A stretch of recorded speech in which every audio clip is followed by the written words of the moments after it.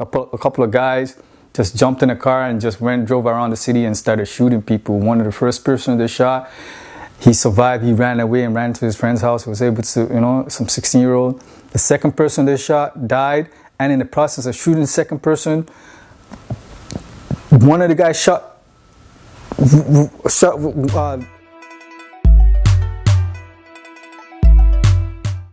Peace. What's going on? My name is Landry Onipinde Bay. Welcome to another episode of Don't Quote Me. I already told you what this show is about. Just me giving my opinion. My opinions are not always fact. It's just exactly what they are, just my opinion. You can always do your own research. But this episode is about how important it is to lead with love. So it's no secret I was incarcerated back in 2002, and by 2004 I was on trial for murder, early spring, and the trial lasted about a month and change. But before I even get into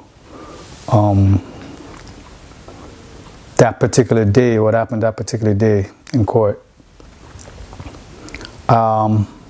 recently, post-prison, after I got out in 2010, I would often go to high court just to spectate. Early on, I really only did it because of some of the young guys that I met on my way out who were going to trial, and I just knew that they needed support because often, way too many times, that those courtrooms are empty. There's no support, there's nothing, you know what I mean? Really, and family members, definitely little to no friends, and I speak from experience. But anyways, I digress. So, I did that for a couple of years, post me coming out of prison, 2011, 2012. So anyways, recently, I started going again because for a few years, I just stayed home doing the family thing, and these things take time. There's a whole bunch of stuff I was building in regards to just putting my life back together, and so on and so forth. And again, some of these guys that I was supporting went through the trial, and after they went through the trial, it was I just really never went back to court. So I went to court in the last month or 2 months now. I've been going back to court, high court, just to spectate.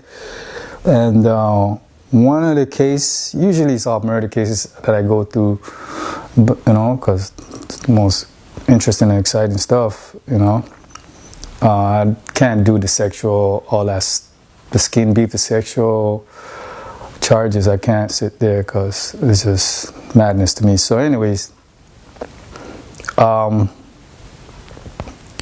this one particular day, usually when I get up on the day off of me going to court, I go online to see what's on the docket, like what's in court that day, what cases being heard in court that day, what trials going on. So I went and I looked up a couple of names, and when I see the names, just to get a better understanding of what the case is about, I googled the person's name that's before the court. So this one person, I googled their name, and the scenario was just crazy to me. I was like, nah, man. I was getting dressed as I was reading it because I'm like, I need to get downtown and sit. Because this person was actually getting sentenced today. They've already been convicted, and now they're going to get sentenced, So it was for, I think it was first-degree murder. And that's an automatic life sentence, For me, it was second-degree murder, and that's also an automatic life sentence. But the years of eligibility it starts from like 10 to 25. But when it first degree, it starts at 25. Like you're not eligible for parole for 25 years. So I go to get to the trial, and courtroom was packed than usual. Obviously, this guy's getting, he's got supporters. I think a couple of supporters on the prosecution side.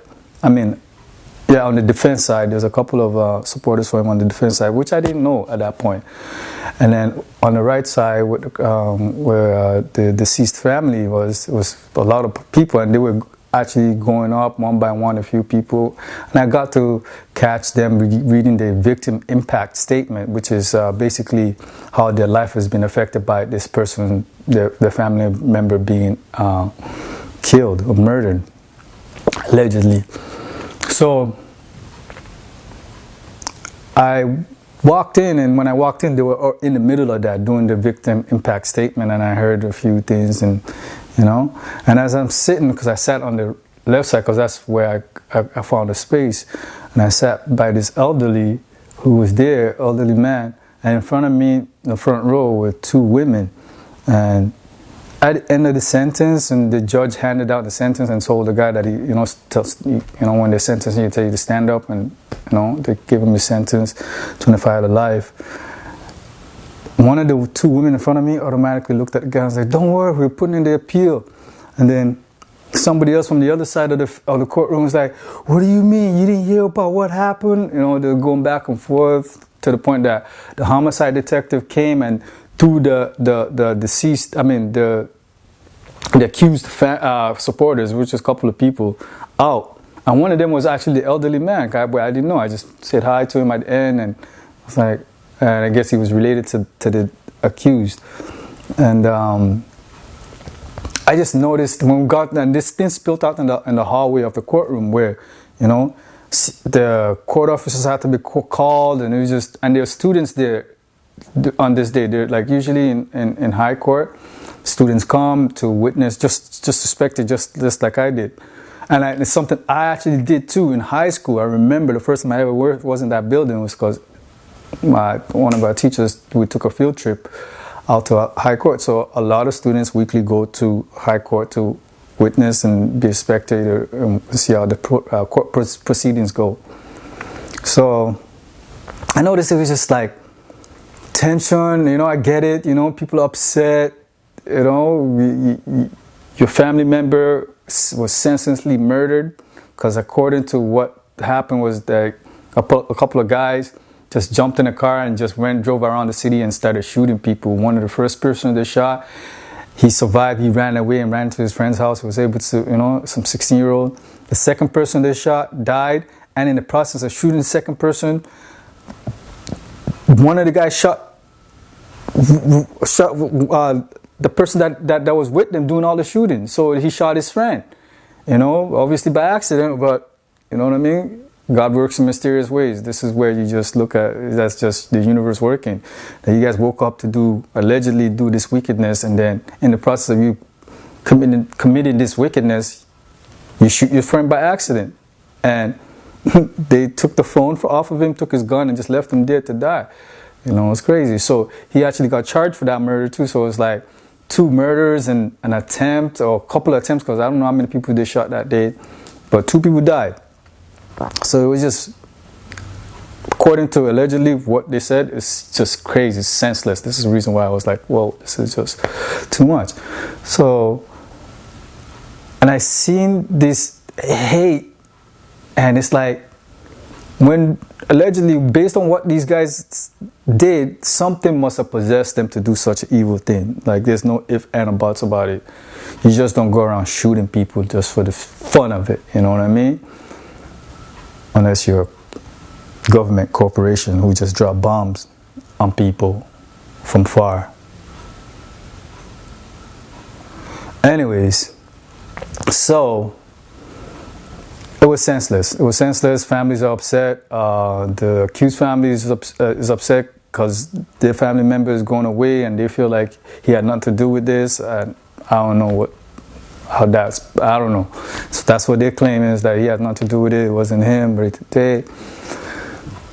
eventually, cooler heads prevailed, and it just brought me back to that day in question when I was on trial, and I'm sitting there in court. The court's empty per usual because I had little to no support. It is what it is.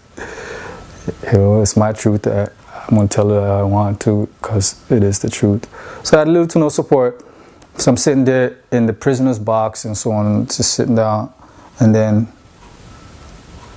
I had 2 lawyers, right, for my case. The junior lawyer comes up to me and tells me, hey, by the way, the victim from your case, his mom is here. She just walked into the courtroom. Don't look back right away. So I didn't look back right away, but eventually I did. I guess she was waiting for me to look at her. And when I looked at her, this lady gave me the warmest smile. Needless to say, it emotionally tore me up inside. And these 2 stories correlate because in